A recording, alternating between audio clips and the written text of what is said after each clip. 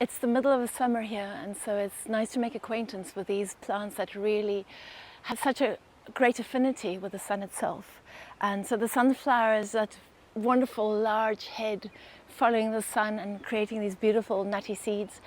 And then the sunchoke, just gathering all that sun energy and taking it down to the soil so we can enjoy that when it's winter time. This is the sunchoke. Very pretty flower, happy in the garden, but it runs like wild because its power is in its roots. So we plant these so we can actually harvest them in winter time. And I've got a few sunchokes I need to pot in today, but I'm just going to show you what they look like. So this is what I'll be planting today, and I just wanted to show you what the tuber looks like. That's the mother.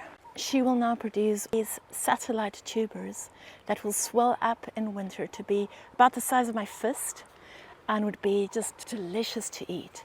So during winter time we'll come and we'll just dig everything up. Small pieces of this will break off and they will start to grow again the following year, just like these have done. We don't need particularly rich soil, but we do need water.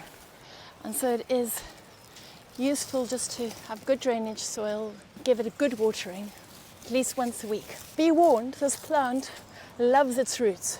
So if you don't have it in a contained bed, it'll actually just sprawl over your entire garden and take over.